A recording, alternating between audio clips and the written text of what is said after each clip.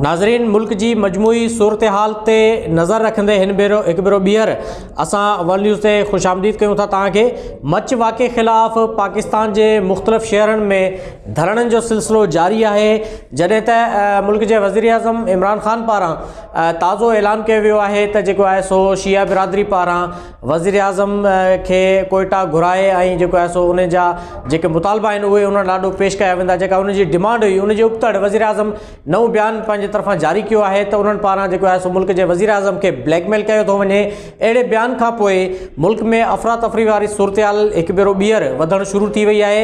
इन हवाले सां कराची खां तव्हांखे अपडेट कंदा वञूं त कराची में हिन वक़्तु मजमूई सूरत हाल इहा आहे त मुख़्तलिफ़ इलाइक़नि में 20 खां वधीक मुख़्तलिफ़ इलाइक़ा आहिनि जिते शिया उलमा काउंसिल पारां ऐं वहदतुल मुस्लिमीन ऐं उन सां गॾु जेके ॿिया शिया जेके तंज़ीमूं आहिनि उन्हनि पारां धरणनि जो सिलसिलो जारी आहे ऐं मुकमल समूरा रोड रस्ता जेके आहिनि उहे बंदि आहिनि। शहरी जेके आहिनि सो सख़्तु परेशानी के मुंहुं ॾेई रहिया आहिनि। बिल्कुलु उन हवाले सां स्टील टाउन मोड़ जिते मरकज़ी इमाम बारगाह आहे उन्हनि जा जेके शिया काउंसिल जा जेके मेंबर आहिनि ॿिया जेके मोमिनीन आहिनि उन्हनि पारां पिणु स्टील टाउन मोड़ ते मुख्य धरणो हयो वियो आहे जंहिंखे अॼु 6 ॾींहं आहे ऐं हिन महिल त ई सूरत हाल इहा आहे जो उते गाॾियुनि जूं वॾियूं कतारूं जेके आहिनि सो बीठल आहिनि ऐं उनखे अलावा अच वञ में ॾाढी ॾुखियाई पेश रही आवाम खे। ताज़ा तरीन सूरत हाल खां अव्हां खे आगाह करे रहियासीं। वधीक ख़बरुनि ऐं अपडेट्स लाइ ॾिसंदा रहो वर्ल्ड न्यूज़।